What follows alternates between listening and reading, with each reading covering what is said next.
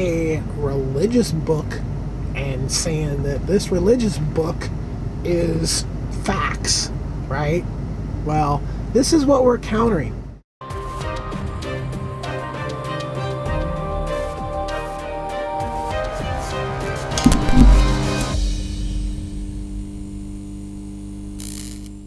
What other kind of personal property do we need to discuss? Well, vehicles. Well, here's the thing.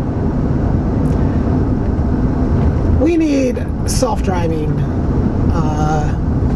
transportation solution. We need redesign. I'm not talking about bulldozing entire cities, but I'm talking about redesigning, getting the food production more into the areas so we can cut down on transportation. When people don't have to go, cross town 5 times a week, back and forth for their pointless job, that's going to cut down on the amount of people on the road. So think of an automobile, as something that you just pick up your phone and it just comes to you and it just takes you somewhere. And the car just does that. It's not your car. So all these fancy, beautiful creations of engineering masterpieces, all those things are like art, right? But they're usable art. So in some cases, they'll just be in showrooms to be looked at. Like Jay Leno's garage. Like, that guy's a hoarder, but at least he makes videos about those cars. But wouldn't it be nice if people could just go in there and walk around and look at that stuff? That would be amazing. Well, so there's that. But then there's also, like, people probably want to drive some of these insanely awesome cars. So there should be places where people could just go and drive these cars. Why not? Autobahn style stuff, and you can just go do that for entertainment, like go drive a car fast someplace in a situation where it's highly unlikely that you're going to injure yourself or anybody else, closed track type stuff, or even racing or whatever. As far as like cars are concerned, the personal property aspect, it kind of is a societal shift that takes place with transportation. So right now cars are a status symbol, they're a tool, they're an important part of society. Well, when the only thing you have to do is a few hours at this place that's not too far away, and your food is all, walking, riding bicycles, other electric kind of vehicles, all this stuff, all that stuff becomes totally viable, right? We can also start to see like streets covered in regions where it's like hot all the time or rains a lot or something like that, to where you're just out walking underneath covered paths, beautiful. And I don't want to go on roundups and forcing people to give up their stuff.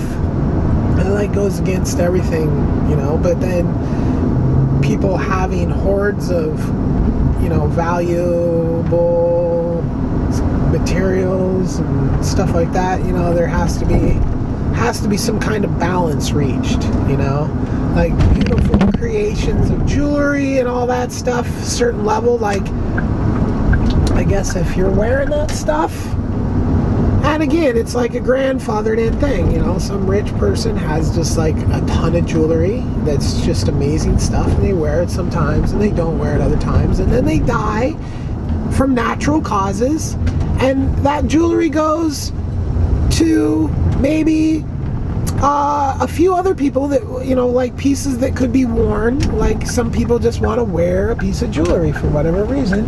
So you got those, and then maybe some that are just like Fabergé egg or something, that goes into a museum, or, so it just all depends on the pieces. All that lame 14 karat plated bullshit stuff is just, cease to exist. Nobody really wants that, and it's just wasting materials and stuff. So, you know, that kind of stuff fades away. I just think as we move beyond capitalism, these things that show that you have more than somebody else will just kind of cease to be a thing.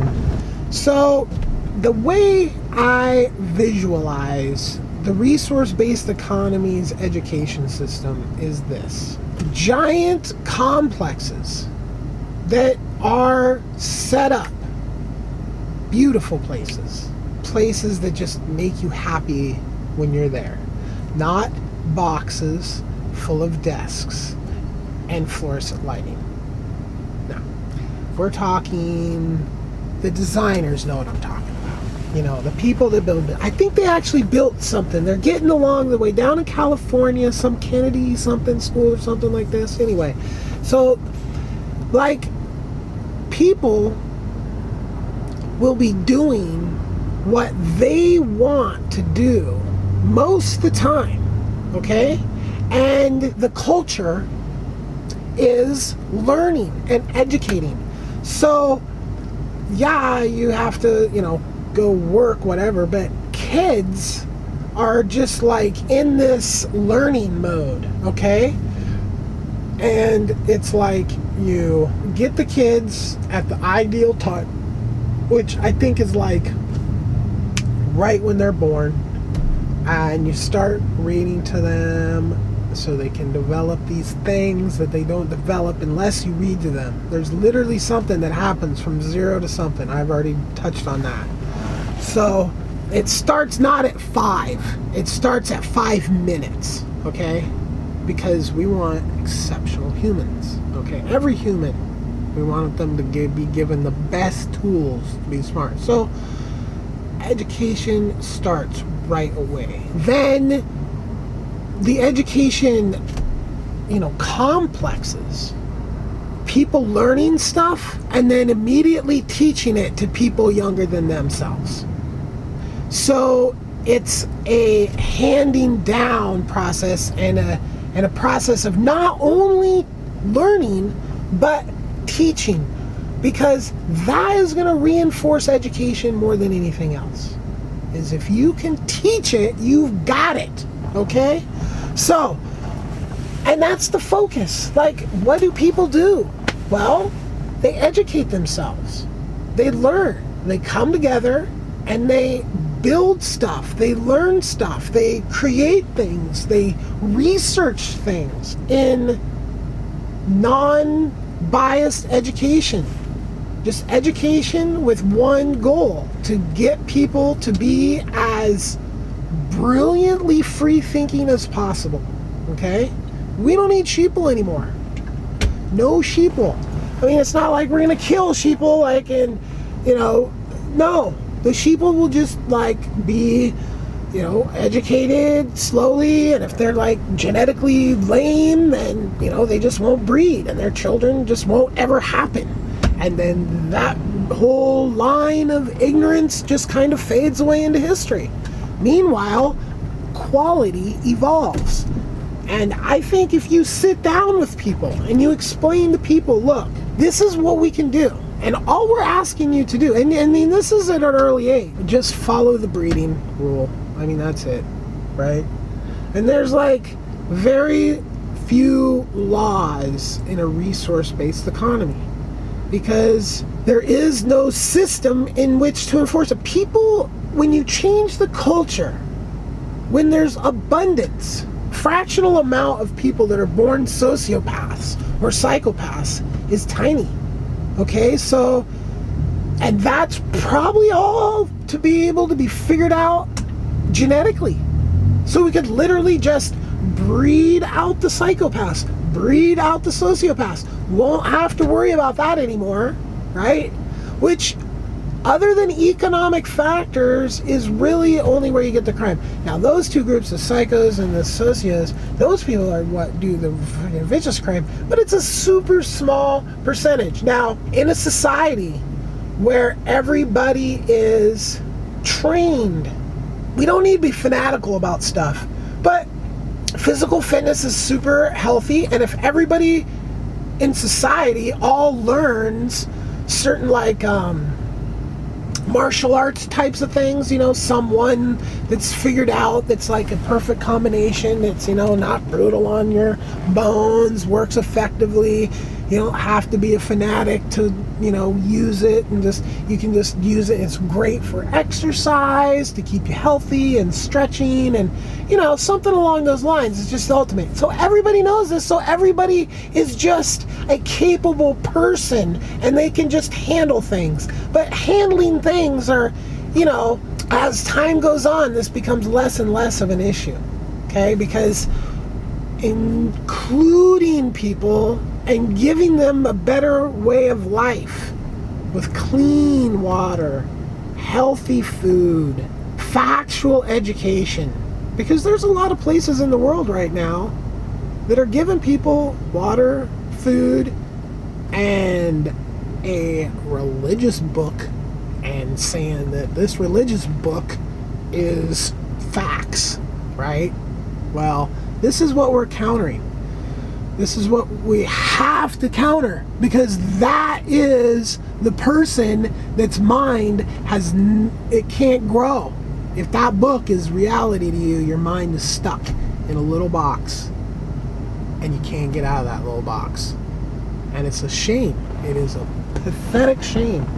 When you have the potential to learn beyond that, then it's a pathetic shame that these people are being force-fed this stuff. And there's plenty of, it's on all sides, Well, actually, I don't think there's any like Jewish missionaries, right? So it's only pretty much the people doing the missionarying are the people, the Jesus people and the Muhammad people, right? So those are pretty much.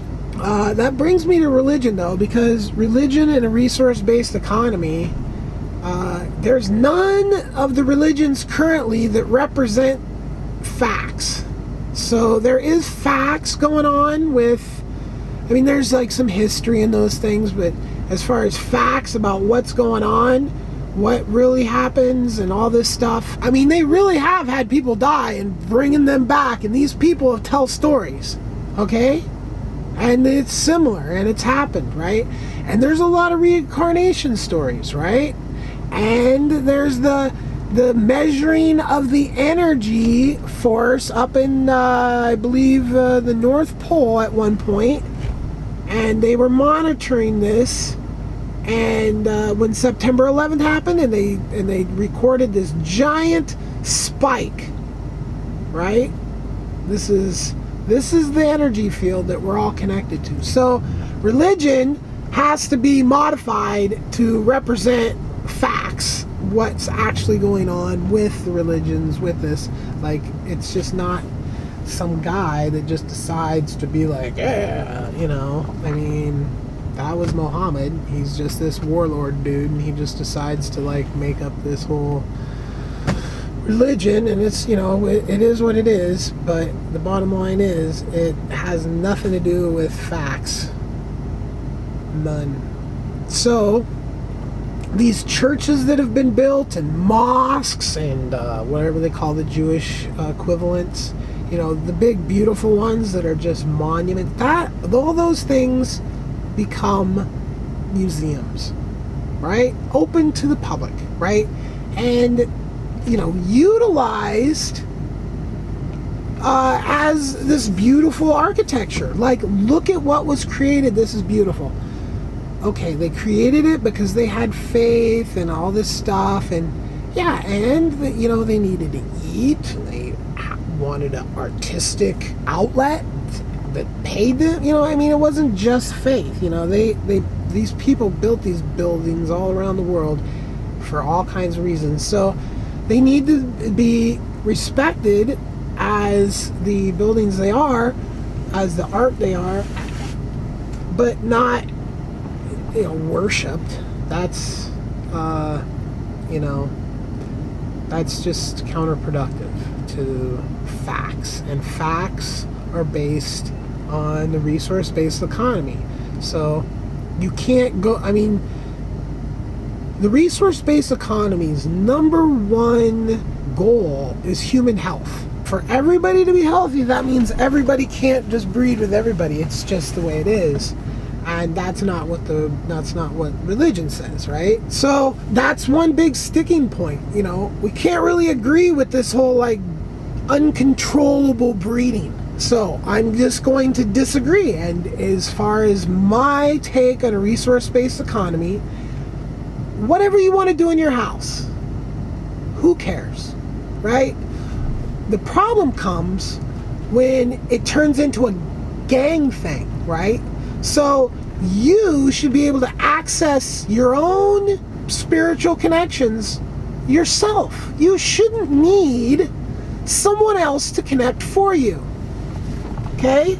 Just because this person, you know, I mean, these people have just been time and time again proven to be just horrible people doing really messed up stuff. So you're never going to convince me that they got something special over you, and you can't connect the same way that they are trying to connect for you and tell you they only can connect. Because that was the big thing when religion took over paganism. Paganism was like everybody doing their own thing. You know, obviously I'm super simplifying the situation, but you know, you didn't have to access your gods through some preacher dude in a special house that was built to do it. You know, you could go out in the woods. And this is just going to freak out the religious people. Oh my God, how dare you? Oh, you know, in the resource-based economy, if you want to, in your house, by yourself, or with your family, read books and have rituals and do whatever you want, go outside, do whatever you want, go into one of these places if it's not filled with other people and do whatever you want. Do whatever you want as long as you're not hurting anybody, you know. But the religion and the group and the gang mentality, you know, you got all these people that show up to all this and they all are on the same page and working together. And no, we're all earthlings. There isn't this gang and this gang and this gang and this gang. And no, it's just we're earthlings, right? So we don't need to divide ourselves up into all these weird little different divisions and religions and stuff, okay?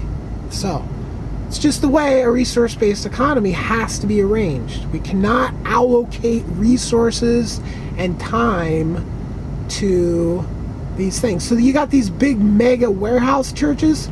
Those things like turn into, you know, who knows, maybe it could be different in all kinds of different areas. You know, those things could turn into warehouses or farms, indoor farms. And again, it's not going to be oh, you're practicing religion, boom, boom, boom. No, it's just like, look, this guy came up with this religion thing and he wants to wear his robes and he wants to just do this thing. Like, it's just not needed, you know. Counselors, you know, grieving people, like all these things, this is a counselor thing. This is not a fantasy world thing, right? So, and that's probably the number one biggest sticking point is resource-based economy is like religion is holding back human health. It's dividing people into all these different ones. So you got freaking hundreds of different religions. Which one's the one? Huh? Nah, okay, none.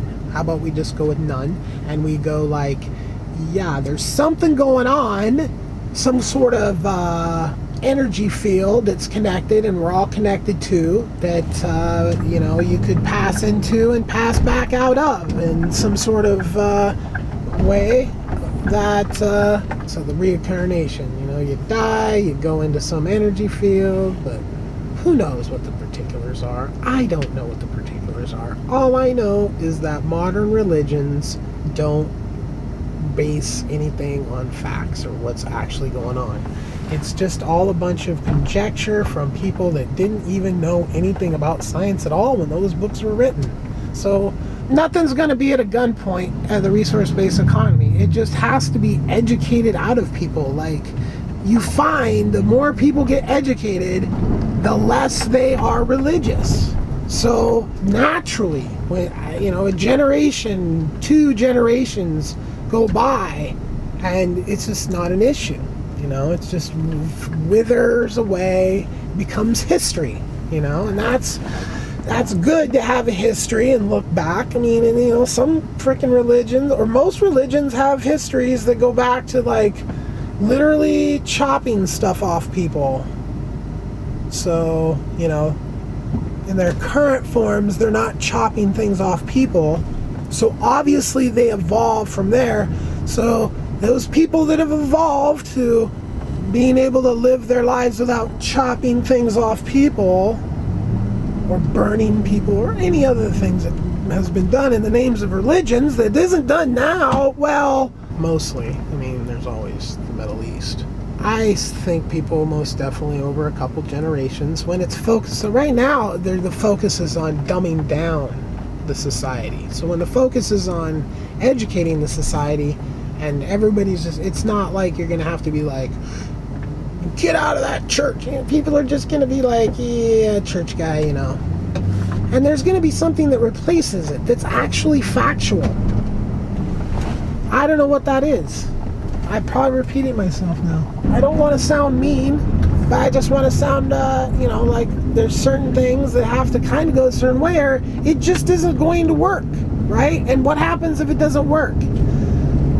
That's a whole different subject. And I don't think, you look at Star Trek, right? And you don't see Star Trek handing money around and buying stuff. And it really makes sense when you start to think like on the level of importance, sustainability.